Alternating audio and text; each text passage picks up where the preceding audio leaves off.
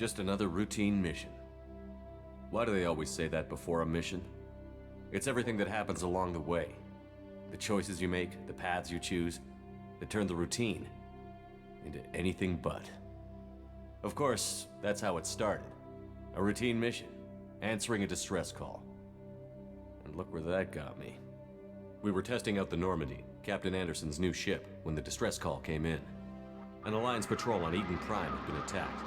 They'd seen something they couldn't explain. And whatever it was massive. I hit the ground with my lieutenant, Caden Olenko. A good kid, loyal, by the book, with a talent for biotics. We came across the lone survivor of the patrol, Gunnery Chief Ashley Williams. A soldier to the core. Tough, disciplined, ready to take on whatever came her way. Ashley joined up with us and took us to the spot where she lost her squad. That's when we saw it. The ship. Like nothing I'd ever seen.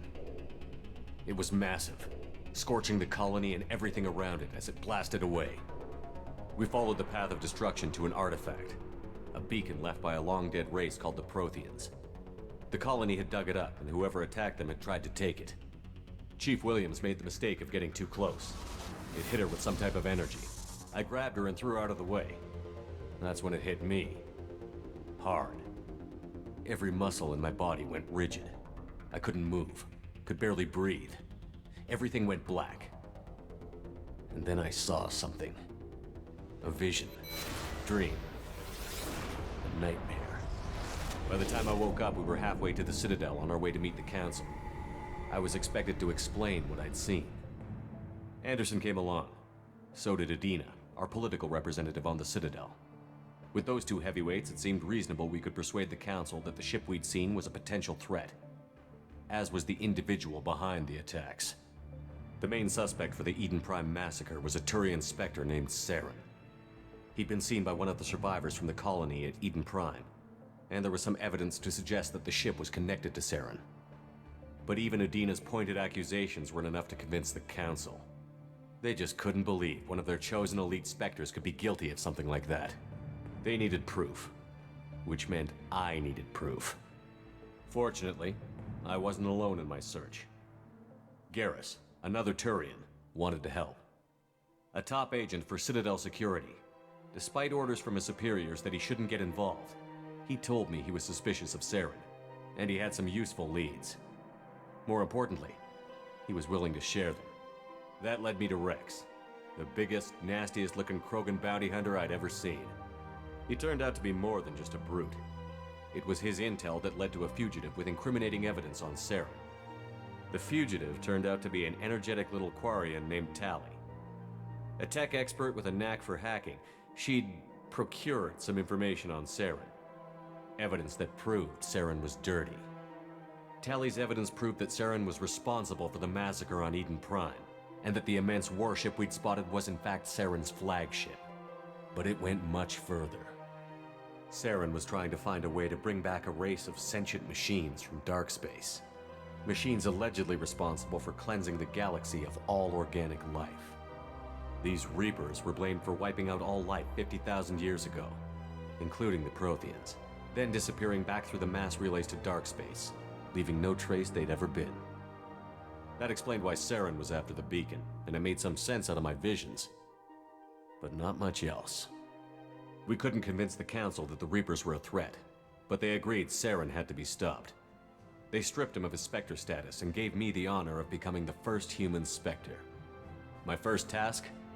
Bring down Saren. Anderson decided to stay behind, giving up his ship, the Normandy. He told me I would need it more than he would. He also pointed me in a direction. Liara, a Prothean expert, adept in biotics, and maybe most importantly, daughter of Benezia, Saren's top lieutenant. And like most Asari, as beautiful as she is intelligent, and born with a unique ability to meld with other species.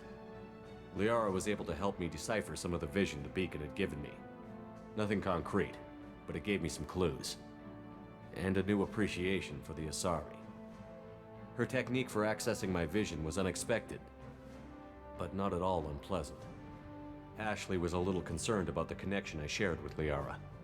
As commander, I knew either relationship had the potential to interfere with the mission.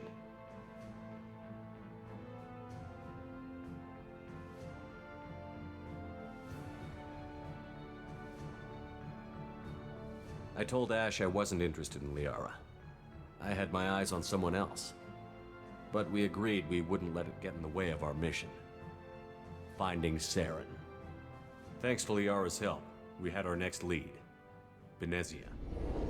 Saren had taken her to Novaria, where he'd enslaved a dangerous race of insect-like creatures, the Rachni. He ordered Benezia to use the same technique Liara had used on me to extract information from the Rachni Queen. The Queen's drones were everywhere, and they weren't happy. We had to fight through hundreds of them to get to Benezia. By the time we arrived, Saren was gone. With the information. I tried to reason with Benezia, but Saren had indoctrinated her. He had somehow acquired the ability to control people's actions and wills. Benezia wouldn't surrender, and Liara was forced to watch her mother die in her arms. And I was left with an angry, dangerous Rachni Queen to deal with. She claimed her drones would do no harm if I released her. But the Rachni had terrorized the galaxy before. I couldn't take the chance. I had a mission to do, and an army of angry Rachni would be one more problem I didn't have time to deal with. With Saren's top lieutenant dead, he was quickly running out of time and places to hide. I tracked him down at his base on Vermeer, but we soon learned it was more than a base of operations. It was a breeding ground. Saren was breeding an army of Krogan. He'd found a cure for the genophage, a disease inflicted on the Krogan to prevent them from breeding and taking over the galaxy. But the Krogan Saren was breeding were slaves, mindless beasts that obeyed Saren's will. I had to destroy the base, and all its research. Rex disagreed. Violently. Rex wanted the genophage cure for his people. I tried to convince him to help me destroy it, that these Krogan weren't real. But he wouldn't back down. He just couldn't be reasoned with, and I couldn't let the base be saved, even if it meant curing the Krogan. Saren had to be stopped. When we finally got to the center of the base, I realized just how close Saren was to completing his plan. He was already in communication with the Reapers. Sovereign, Saren's flagship we'd all assumed was just a ship, was a Reaper. It spoke to me, threatened me. I could feel the menace it had for every living thing. It wanted me dead. It wanted us all dead. And I knew it was capable of doing just that. What I couldn't understand was why Saren would help it.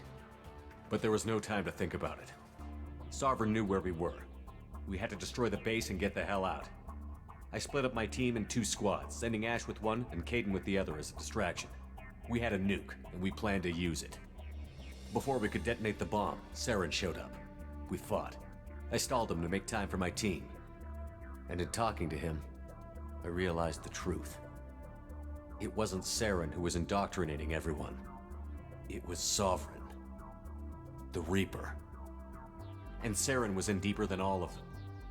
He tried to convince me he was still in control. Said he found a way to reduce the Reaper's influence, but he was kidding himself.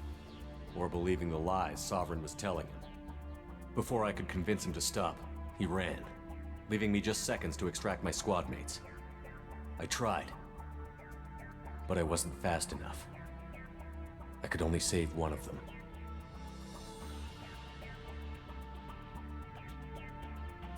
Caden was a good man, and a great soldier.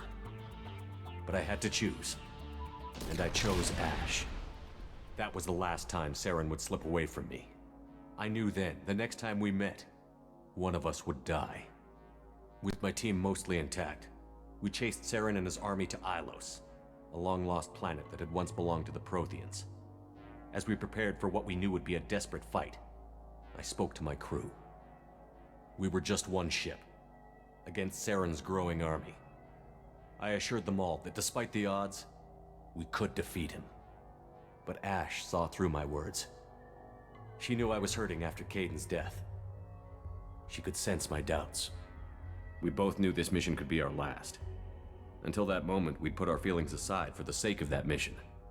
But why wait? We gave in to each other, and it was perfect. While it lasted. We arrived on Ilos, close behind Saren.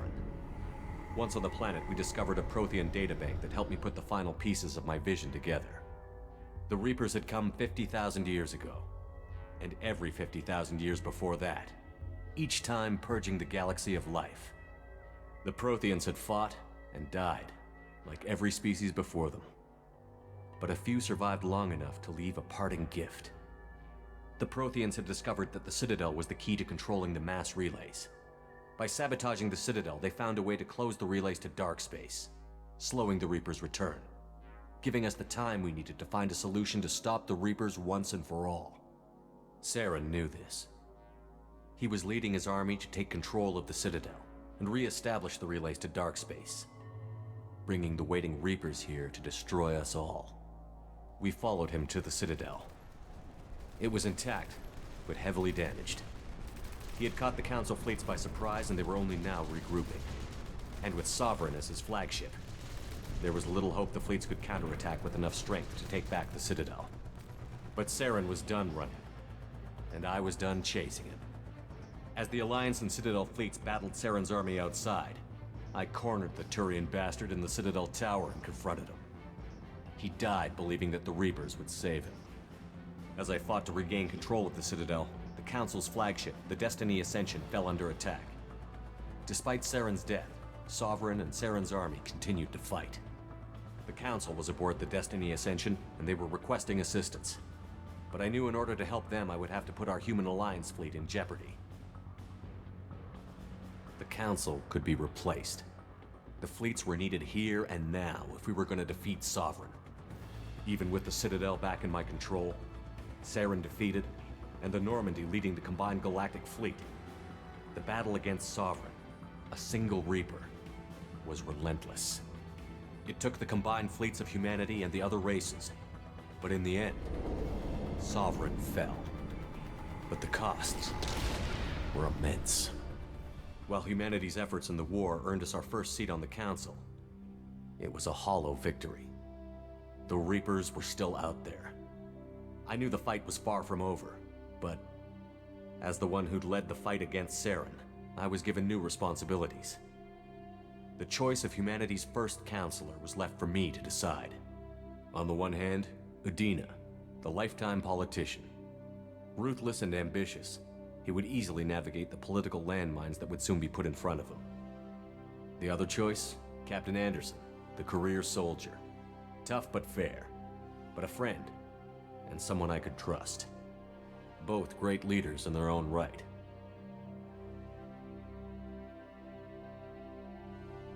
I didn't much like Udina, but sometimes you need a pit bull on your side. Someone willing to be the bad guy, for the sake of the greater good. The war was over. The threat had passed. In time, the Council would rebuild itself. The Citadel could be repaired. Even the pain of lost friends would fade. But none of that mattered if the Reapers were still out there. And if they were all as powerful as Sovereign, we had to find a way to stop them. I had to find a way. I gathered my crew, took my ship, and went in search of answers. Officially, the Council would only say I was assigned to cleanup duty, rooting out any remnants of Saren's army. Just another routine mission.